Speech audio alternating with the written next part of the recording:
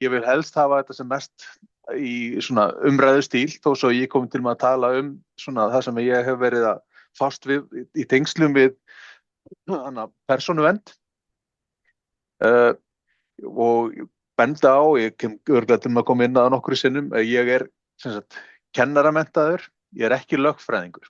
Ég ekki að fara að tala sem sagt persónuvernd út frá lögunum mikið og ég ekki að fara að tala neina sérstaka úrskurði eða neitt þannig. Og annað, sko, ég byrjaði að þurfa að vinna svolítið með persónuvernd í háskólanum fyrir mörgum árum síðan, eða þegar þessi lög tóku gildi sem var 2018 og það var vegna þess að við í kennslumiðstöð við sáum sem sagt að hýsa Moodle-kerfið fyrir skólan, eða svona að það var hýst hjá upplýsingatæknisviði en ég var kerfistjóri þar og við þurftum þá að gera töluverða breytingar á kerfinu og það var þá aðalega tengt í að nemendur gátu séð hvað aðrir nemendur voru að gera. Það var svona ekki að þau gátu séð hvað þau var að endilega að læra en þau gátu séð að þau væru online og alls konar önnur atriði sem við þurftum að taka burtu þegar þessi nýju lög komu. Síðan í kjölfarið því þá fer ég að kenna í grunnskóla í Reykjavík, upplýsingatækni og þá að fundum mjög mikið með öðrum kennurum sem að kenna upplýsingatækni og við þá svolítið mikið að fara yfir almenn verkfæri sem kennarar voru að nota, ekki bara ekki gervigrindina neitt sérstaklega, heldur það að það myndast svona kæli áhrif varðandi notkun á upplýsingatækni hjá kennurum þar sem að þeir finna að þeir eru bara pínur svona hræddir við að nota upplýsingatækni þar sem að það var náttúrulega margir úrskurðir sem hafðu komið varðandi notkun á hinum og þessum forritum frá persónuvernd og það eru sem sagt það sem við köllum kæliáhrif. Ég held samt að kæliáhrif hérna í Háskóla Íslands séu svolítið kannski öðruvísi heldur en í grunnskólanum en ég lít sem sagt á það að gervigreindin eitt af upplýsingatækni tólunum sem við notum og örugglega það stæðsta sem og að sjálfsögðu það sem mest í umræðu akkurat núna. Ég ætla bara að byrja á því að deila sem sagt svona glæru hérna. Sem sagt, ég vil tala aðeins ábyrga notkun gervigreindar og þá ég að tala bara upp á að passa upp á persónuverndina. Við erum auðvitað öll farin að nota, við erum langflest farin að nota gervigreind eitthvað, en sumir eru kannski hræddir við að nota gervigreind því þeir eru hræddir við það sem þeir koma til með að gera. Og þannig ég, eins og ég segi, tala út frá mjög skýru sjónarhorni, ég að tala bara frá minni reynslu og ég að tala sem kennari og ég ekki að fara að túlka lagagreinar. En þessi kynning svona hugsuð sem að vera leiðbeinandi. Og ég gerði smá rannsókn sem að ég byggi þessa kynningu á. Ég þarf aðeins að laga hjá mér. Ok. Og sjá. Ok. En hvers vegna þessi kynning? Það eru náttúrulega vegna þess að við erum farin að nota gervigreind mjög mikið. Og flestir og kennarar eru farin að nota gervigreind mjög mikið og náttúrulega nemendur nota gervigreind gífurlega mikið. Hvort sem okkur líkar það betur eða verð, þá það bara orðið þannig. Þannig að hún komin í kennslu, en margir eru með ákveðna óvissu þegar kemur að nota gervigreind. Hvað mega að gera, hvað mega að setja inn í kerfið og hver ber ábyrgð ef eitthvað fyrir úrskeiðis eða eitthvað svoleiðis. Og það, hvað má ég gera og ég fer aðeins inn á þessa hluti. Hvað skiptir mestu máli. Eins og ég segja áður að ég að líta á þetta frá kennslufræðilegu sjónarhorni og uh, sko, ég skoða meira sko hvað ég að gera þegar ég að nota gervigreindina, svona þegar ég að fara yfir verkefni, hvað geri ég til þegar ég vil fá aðstoð frá gervigreind og kannski til að móta endurgjöf og hvernig ég og ég vil sem sagt að við lítum á gervigreindina og það hvernig við notum hana sem sagt kennslufræðilegt viðfangsefni. Hvernig breytir gervigreindin vinnubrögðunum hjá okkur og hvernig getum við mótað þau vinnubrögð þannig að persónuvernd sé hluti af fagmennsku okkar, ekki eitthvað sem stöðvar hana. Varðandi gervigreindina kannski vil ég benda á kannski þessi 3 atriði sem eru kannski gleymast í umræðinni, ég veit það ekki samt, en það hann ekki gervigreindina heldur persónuvernd, að persónuvernd auðvitað, eins og bara nafnið segir, hún til að vernda einstaklinga eða persónur. Svo stór þáttur í persónuverndar þessi réttur einstaklinga sem réttur einstaklinga til að gleymast. Fólk heldur stundum að það sé bara að þú hafir algeran rétt til að gleymast, en við höfum ekki algeran rétt til að gleymast. Við getum ekki farið fram á að ef við erum á sakaskrá að láta fjarlægja okkur þaðan, eða það eru svona önnur lög sem að segja til að sumir hlutir okkur eiga að vera geymdir. En það sem við eigum hins vegar að gera, sem þá 3. þátturinn í lögunum, þá að lágmarka samt þau gögn sem eru sett, sem við erum að vinna með einstaklinga. Og ef við erum að nota gervigreind kannski til þess að fara yfir verkefni og svoleiðis, þá erum við auðvitað að vinna með upplýsingar sem við fáum frá nemendum. Og þannig að ég ekki að gera endilega þessi atriði að einhverju megin þema, en þau eru ramminn sem allt byggir á.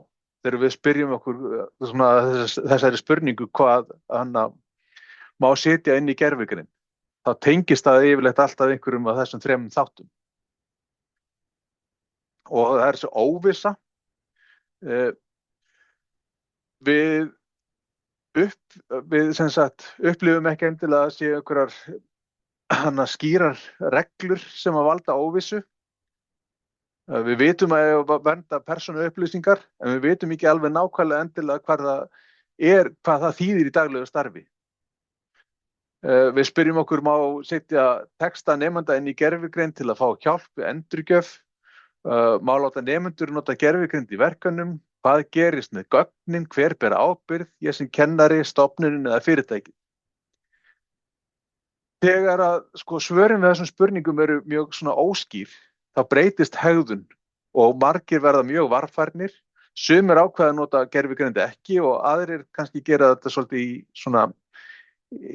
í leyni, ef maður orðað þannig, ekkert endilega að segja öllum frá því. Þannig að þetta hefur áhrif á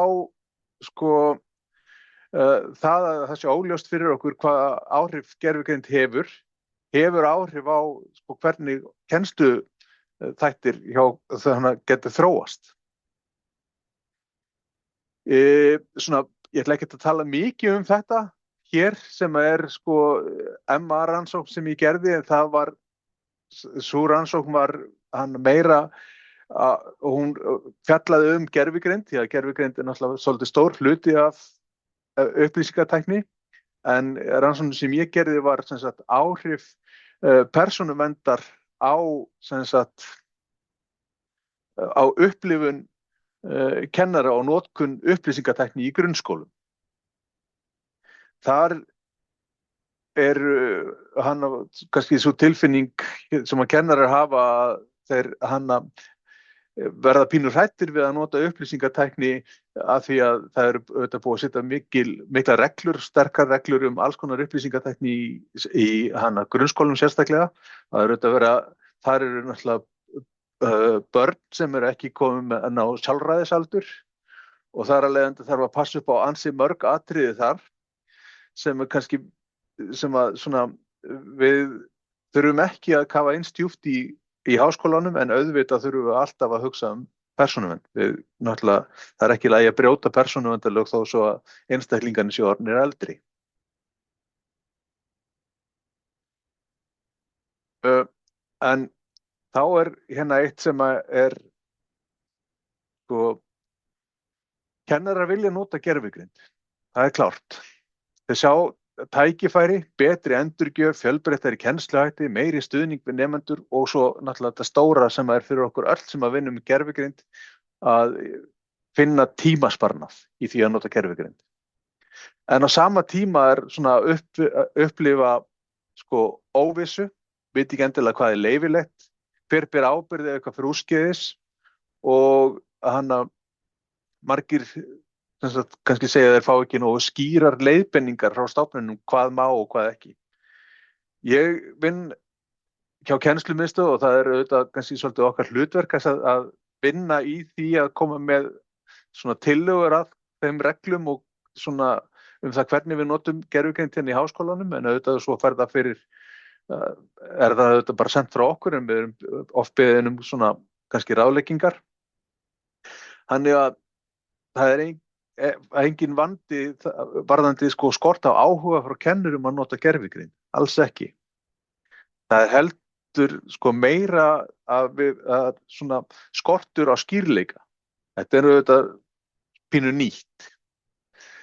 Og það sem leiðir okkur þá eiginlega kannski að þessu næsta atriði sem er sko kæliáhrif. Kæliáhrif er sem sagt ekki að það sé einhver bönn að þannig. Kæliáhrif á ensku er kallað chilling effect. Það er sem sagt að persónuvernd, það að við þurfum að passa upp á hvað við gerum með gögnin, það getur auðvitað haft áhrif á það hvort við þorum að nota gervigreind eða ekki. Þannig að kennarar til dæmis verða varfarnari, þeir prófa síður nýja hluti, þeir halda sig við það sem er öruggast, hugsa marga, og ég vitna hérna í einn sem ég talaði við, að betra að sleppa þessu alveg en að lenda í vandræðum. Og við viljum helst ekki hafa það þannig, við viljum að fólk treysti sér til þess að nota tæki og tól, og það sé engin hræddur við að nota þau tól sem í lagi að nota. Þannig að það er oft þessi ótti að þegar við notum gervigreind, þegar við setjum inn efni, að það sé eitthvað sem við getum ekki dregið tilbaka, og gervigreind er svolítið þannig. Og það kemur svolítið að þessu að ég veit ekki, það er kannski ekki margir sem að hugsa hýsingar á kerfum. Ég geri það töluvert mikið vegna þess að ég hef verið með svo mörg kerfi sem ég hef sett upp fyrir háskólan. Ég hef komið að setja upp upptökukerfi eins og Panopto og Moodle og fleiri kerfi, og þá var alltaf þessi hugsun hvar er kerfið hýst, og það þetta persónuverndarlögin tala töluvert mikið það að hlutir með ekki vera hýstir utan Evrópu, og það hefur örugglega heyrt það með alls konar tól. En ég er ekki svo mikið að fara að spá í hvar hluturinn er hýstur, vegna þess að ég treysti svo sem engum fyrirtækjum erlendum, sérstaklega sama hvað þau koma. Þannig að það skiptir okkur kannski meira máli hvað það sem við erum að setja inn í þau kerfi þegar við erum að nota þau, heldur en það að hvar þau eru akkurat hýst. Og þegar ég að tala svona einhver kerfi, þá ég að tala gervigreind eða gervigreindarlíkön hérna í þessu spjalli á okkur. Þannig að sko, í daglegu kennslustarfi er mikilvæg spurning, hvað ég að setja inn í kerfið? Ef ég setja inn persónugreinanleg gögn inn í gervigreind, texta með nöfnum, upplýsingum einstaklinga eða viðkvæmar upplýsingar, þá ég að vinna með persónu upplýsingar sama hvar kerfið hýst. Það skiptir ekki máli hvar það í rauninni hýst. Þannig að spurningin fyrir okkur, sem erum kennarar allavega, spurningin fyrst, þetta sem ég að senda inn persónugreinanlegt? Ég að nota persónugreinanlegt efni, ég að setja það inn í gervigreind í einhverjum tilfellum? Ef svarið já, þá erum við komin á viðkvæmt svæði. Alveg óháð því hvort við erum að nota einhvert kerfi sem að háskólinn mælir með eða eitthvað annað kerfi. Við þurfum alltaf að spyrja okkur þessar spurningu. Þannig að og yfirferð verkefna. kannski tekið algeng dæmi verkefna, margir vilja nota gervigreind til að móta sem sagt endurgjöf eða greina texta. Það er sem sagt þá bara gullna reglan, setja ekki inn persónugreinanleg gögn inn í gervigreindarlíkun. Það þýðir engin nöfn, engar kennitölur, engin netföng, engar upplýsingar sem tengja textan við raunverulegan einstakling. Þess að það sé ekki hægt að átta sig á því í rauninni hver það er og sérstaklega ekki viðkvæmar upplýsingar nemendur. Við getum alveg nota gervigreind til að fá ábendingar texta og uppbyggingu og röksemdaferðslu og málfar og alls konar svoleiðis hluti. En að gera það með ópersónugreinanlegum gögnum. Þannig að við fáum ávinning af gervigreind án þess að vinna með þau gögn. Sum líkön segjast ekki setja neitt inn í grunn kerfin, alveg eins og við erum að nota, ég er með til dæmis keypta útgáfu af ChatGPT og þar get ég stillt að ég sé ekki að kenna módelinu, en það er bara traust, skilurðu, frá mér. Já, Pétur. Ég fór bara að pæla eins og til dæmis innspiranúmerin. Nú eru þau svona einhvern veginn kóðuð. Myndu það teljast þeirra persónugreinanleg gögn?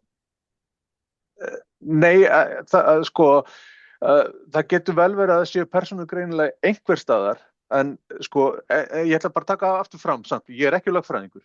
Ég er að skoða þetta útræði sem kennari, en þannig að það er helst að það er hægt að ég veit ekki alveg hvað gerist þegar þú situr þessi númer eins og inn í líkan eða þú ert að fara að nota það til þess að fara yfir verkefni. En það er líka alltaf svona spurning kannski eins og ég bendi á er efni frá nemendunum er það höfundaréttarvarið? Er ég kannski að sitja inn í eitthvað sem er höfundaverk nemandans? Já. Það er aðeins önnur spurning, veist mér. Það er allt önnur spurning, en ég vil bara segja að það er gott að hafa það samt alltaf í huga þegar við erum að huga því hvað við ætlum að setja inn af upplýsingum. Já. En það er allt annað og það er líka eitthvað fyrir lögfræðing til þess að svara. En þannig sem ég skoða náttúrulega alltaf það sem ég er með og passa upp á að meta það eftir. Má ég, Anna, auðvitað er þessi númer auðvitað úr kerfinu innspera og eru tengingar einhvers staðar sem eru hér þá innan hús og annað, þannig að ég myndi halda gagnvart gervigreindin að það væri þessi númer alveg anonymous og þau eru hugsuð og þessi númer eru til að gera nemendunar til að fjarlæga persónuauðkenni burtu varðandi stundum með yfirferð án þess að vita hver er með prófið og annað slíkt, þannig að ég held að hljóti að vera sama gagnvart gervigreindinni, en það er bara eitthvað sem við þurfum auðvitað bara að spyrjast fyrir hjá prófaskrifstofu. En ég get ekki ímyndað með því þetta eru raunar bara auðkenni til að það sé ekki vita hvaða nemandi á þessi svör, Þannig að ég myndi halda að vera ok að setja það inn í gervigreind sem er inn í öruggu umhverfi eins og Copilot sem við erum aðgangað. En það er svo önnur umræða kannski á eftir í umræðu. Já. Og þess að segja. Já, fyrir ekki að góð spurning. Bara nöðsleg. Eins og ég segi, þetta eru svona bara punktar yfir það, kannski það sem maður reynir að gera áður en maður notar gervigreind er að fjarlæga kannski auðkenni og nota eins og gerviheiti eða vinna með hluta úr textum. Þegar kannski vinna með hluta úr textum þá er kannski erfiðar að greina og átt að sjá því að það sé að vinna út úr því hver einstaklingurinn er og þetta á ekkert við gervigreind neitt sérstaklega, þetta er bara svona þegar við erum að nota erum að senda frá okkur upplýsingar inn í einhver staðar inn á heimasíður eða hvað sem er. Þannig að svona passa upp á þessa hluti. Og það er líka annað sem mér finnst alveg ágætt má benda á, það er það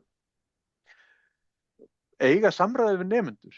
Það er alltaf að láta þá bara vita. Heyrðu, við erum með þetta verkefni, ég mun láta gervigreind hjálpa mér við yfirferð á þessu verkefni og bara, tala opið það. Og þannig að það er bara að vera markmiðið bara að vera svolítið svona gagnsær, eða þannig, þú veist, að ferlið notkuna allir viti að það notað. Og líka ef maður er með nemendur að segja þeim hvað þeim eiga gera í ykkar námskeiðum og þá gott að segja þeim líka hvað þið gerið. Það getur verið góð regla. Og það getur líka verið gott að benda nemendum á sko að þeir bera auðvitað líka ábyrgð á þeim gögnum sem þeir að setja inn í gervigreind eða að vinna með öðrum, hvaða upplýsingar þeir setja inn. Að því að, eins og ég segi, þetta er ekki einkaskjal, þetta er ekki, gervigreind er ekki eins og þegar við setjum eitthvað að vinna með Word-skjal, þú dregur þetta ekki tilbaka svo auðveldlega. Það er búið að vera að reyna að þróa tól sem ég reyndar að skoðaði nokkra greinar tól sem að vera að reyna að draga upplýsingar tilbaka úr gervigreind vegna þess að í raun þá hefur einstaklingur, hann hefur rétt á því að gleymast eins og í lögunum, hann er rétt á því að biðja að gögn séu tekin burtu ef það er ekki þörf fyrir þau. Það er hins vegar hægt að segja, ef það er hægt að fara rök fyrir því að eigi að geyma gögnin, þá getur einstaklingur ekki fengið gögnin tekin burtu ef það er sem sagt önnur lagaleg skylda. En það er að gera að benda nemendum á að þetta sé svolítið málið með skjölin að það svona passi upp á að hann vinna með það. Þetta er líka, þetta er hluti orðið af stafrænu læsi núna. Stafrænt læsi áður var í rauninni bara sko hvernig þú forðaðir þér frá því að sjá falsfréttir og svoleiðis sem er núna auðvitað út allt, skiljið. Það er bara að því að gervigreind býr til náttúrulega helling af því og stafrænt læsi náttúrulega marga aðra hluti en gervigreindin er núna komin inn sem með alveg bara svona nýjar áskoranir. Ég benti á hýsinguna hérna áður og það var alltaf umræðan hvort að kerfið sem við erum að nota er hýst í Evrópu eða Asíu.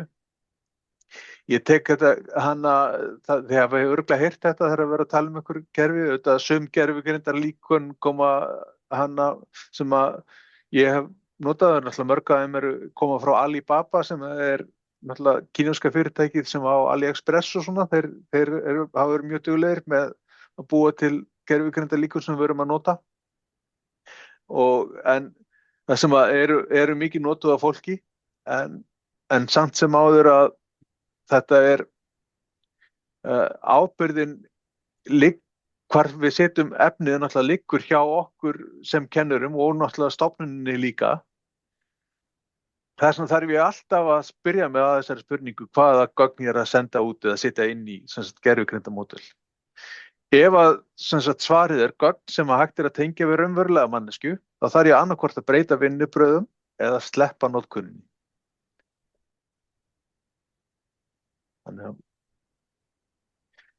En til þess að svona verð ekki ég veit ekki hvort ég reyna að tala nefnilega, á sama tíma ég að tala nefna persónuvernd, þá ég líka að reyna að hvetja fólk til þess að nota gervigreind. Ég ætla að gera það mikið í mínu starfi, ég nota gervigreind mjög mikið, en á sama tíma bara að hafa einhvers konar svona að hafa svona bak við eyrað að við þurfum að passa upp á það sem við erum að gera og við þurfum ofta að gera það í okkar störfum. En svo bara ef maður er kennari þá þarf maður að passa upp á það sem maður segir í skólastofu og svoleiðis. Já, Pétur. Já, svona svipuð spurning kannski eða þarna út af því sem þú sagðir sko, þetta er svo óþægilegt sko, gervigreind farin að vera svo víða sko. Þannig að ég meina maður er með Copilot í Excel og í Word og maður er til dæmis að vinna bara með Acrobat og þú bara með eitthvað skjal sem getur innihaldið allan andskotann og svo segir á ég að lesa þetta yfir fyrir þig, kallinn minn og maður kannski freistast til þess sko og það rosalega óljóst einmitt, þegar að Adobe les yfir einhver texta hann þá komin bara til Kína sko. Já, akkurat, við erum ekki hugmynd. Já, ég spurði mjög svona spesifíst sko, hérna, í gegnum kennslumála nefnd til dæmis og ég hef ekki ennþá fengið skýrt svar við þessu innan háskólakerfisins. Þú veist, þegar við notum Copilot, hvert gögnin fara. Sko, mér skilst sko að flest þessi, þó svo ég sé ekki alveg með það 100% hreinu, en að Copilot samt sko í þessum menntaleifum þá ekki sett inn í líkanið. En alveg eins og ég nefndi áður það að þeir segja okkur það. Já. En það kannski, ég hef bara því að ég búin að vinna í tölvugeiranum í mörg ár og vinna í hana, maður séð svo marga gagnaleika yfir ævina að ég ekkert endilega þannig, ég treysti þessum fyrirtækjum endilega fyrir því. En hins vegar þá veit ég að það allavega varandi Copilot að svona þessi leyfi sem eru hugsað til menntastofnana, þau eiga ekki að fara til þeirra. Já, það gott að heyra. Já, en hvort að sé þannig í raun. Já. Má ég bæta við? Því ég var að spyrja þetta út á starfsmanni á UT daginn, af því að það núna í gangi skils mér samningur, það einhverja samningar í gangi núna við Microsoft fyrir hönd ríkisins sem að kaupa þetta allan Office-pakkan fyrir alla framhaldsskóla, háskóla og opinbera starfsmenn og þeir ætla að fara að bæta inn hana Copilot 365 sem sko betri útgáfa heldur en Copilot Pro chat sem við erum í dag. En þessi útgáfa sem við erum í dag sem hluti af Office-pakkanum okkar svona chat-útgáfa, spjallútgáfa sem eins og ókeypisútgáfan sem maður getur fengið í gegnum vafran. En með því að við loggum okkur inn í gegnum HI-netfangið að þá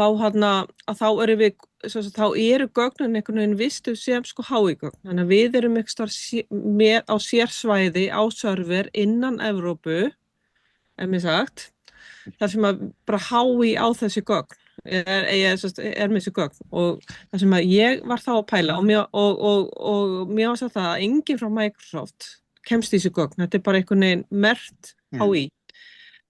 En mín spurning var þá svolítið og mér skildist jafnvel að HI hefði aðgang að þessum gögnum. Einhver starfsmaður kerfi og það eitthvað svona sem mér langar svolítið að fá meiri svör við hvort að það sé raunin, þetta eitthvað skárra heldur en að Microsoft hafði aðgang að þeim. Veist, ég bara að pæla. Þeir eru hafa aðgang að öllum OneDrive gögnunum okkar og þetta þá bara einhvern veginn partur af því, vist að bara örugglega sama server og það En samkvæmt UT og þessum starfsmanni sem ég talaði við og við mér skilst að leið þessi samningur komin að fá einhverja kynninga á þessu, að þá þetta eina kerfið sem við megum raunverulega setja gögn frá HI inn í. Eina kerfið upp á og eina kerfið sem við megum nota gögn frá HI inn í. Við megum raunverulega ekki setja inn í neitt annað kerfi. Þannig að þetta svörin sem ég fekk þegar að spyrja það. En frá persónuverndar sjónarmiðum, þá í rauninni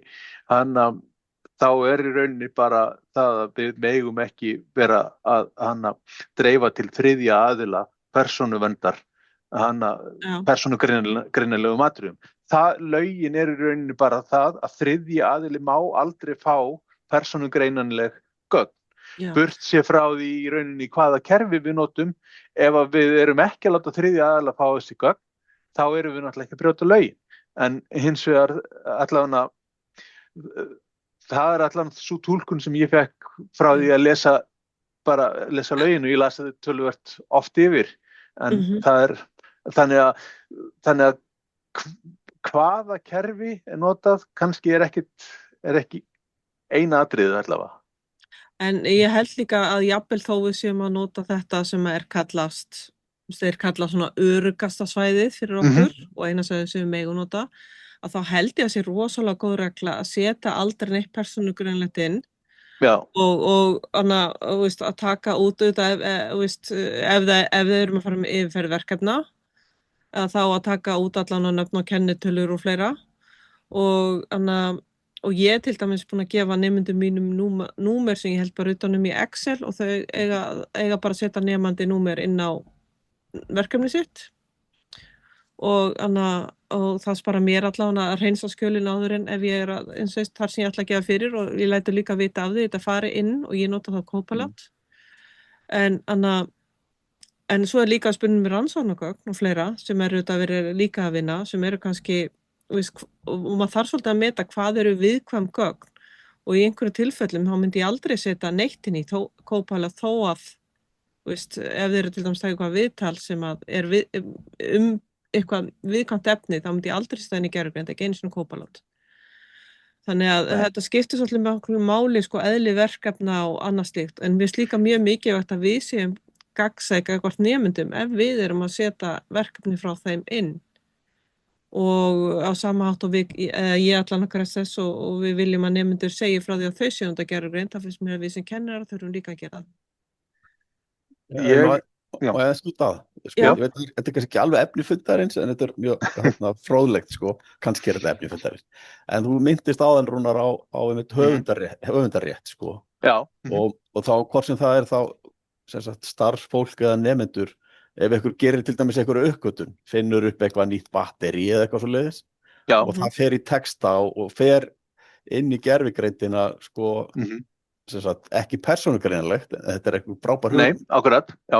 Ég svolítið hugsi yfir því, af því að maður, þú veist, hvernig maður getur varið slíkt, þannig að eins og ég skildi Sigurbjörgu þarna þá með þetta nýja Copilot 365, að þá var þetta vist að hjá HÍ og enginn í prinsipinu ætti að hafa aðgang að því, Þannig að það svona skref í rétta átt. Já, en það raunar líka, þessu aðgangur sem við erum með núna með chat á sama hátt. Þetta sama svæði, við erum í dag með aðgang sem öruggari fyrir okkur að nota og ætlast til að við notum. Já. En ég held að þetta sé gríðarlega mikilvægt. Já, og þeir lofa því frá Microsoft og allan þessi aðili sem ég spurði út í UT, hann fullyrti það að Microsoft hefði ekki aðgang að þessum gögnum. Og lofa því að það gögnin sé ekki notuð til að þjálfa líkan sig því það gögnin fara þá ekki út og það kannski það sem mikilvægast. En það líka að við hugsum með Microsoft sem fyrirtæki. Ef það myndi spyrjast út, standi ekki við það, þá þau búin að vera. Þannig að kannski getum við bara treyst í þessi gögn sé ekki notuð til að þjálfa. Ég vil taka fram að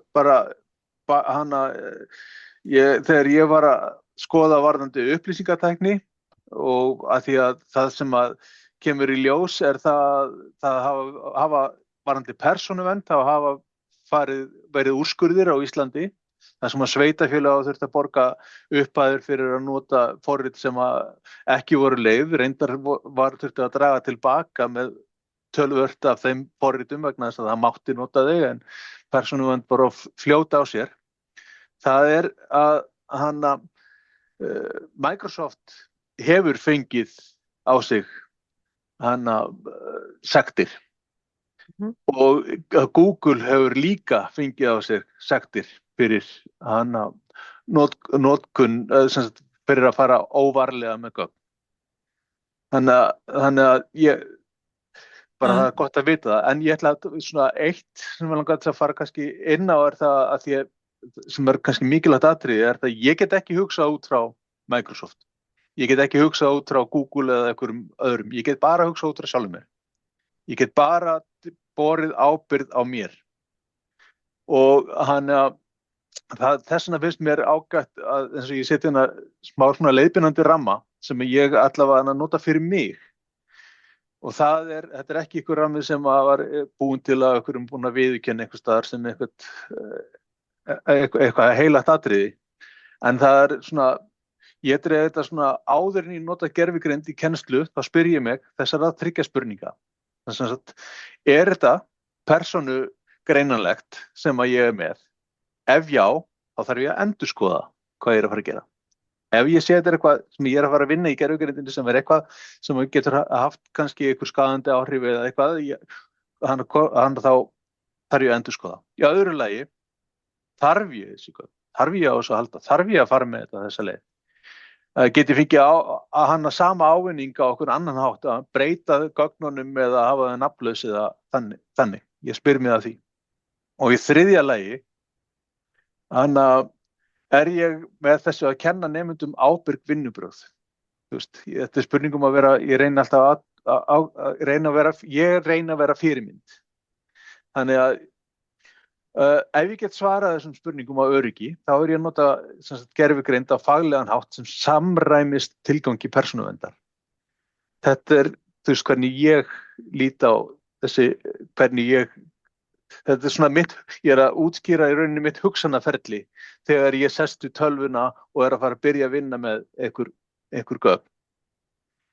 Vonandi að það svona, að því að ég veit alveg að það alls konar umræður kerfi út allt og svoleiðis, en ég hef litla stjórn á þeim. En ef að háskólinn hins vegar setur reglur einhverja notkun, þá hann sem mér ber að fara eftir sem starfsmaður, þá fer ég eftir þeim reglum burt sér frá því hvort að það sé af persónuverndar laga ástæðu eða einhverjum öðrum lögum.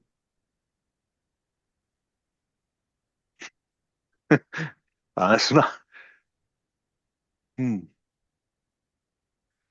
allavega niðurstaðan hjá mér þess að bara lögin, við munum það, þau eru til þess að vernda einstaklinga.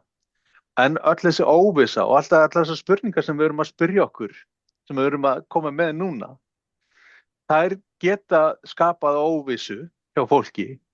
Það geta skapað pínur hræðslu hjá fólki að þori ég að nota þetta kerfi eða ekki. Og eins og ég segi, áður með þessi hugsanahátt sem ég byrja á, raunin þess að koma í veg fyrir það að ég geri eitthvað.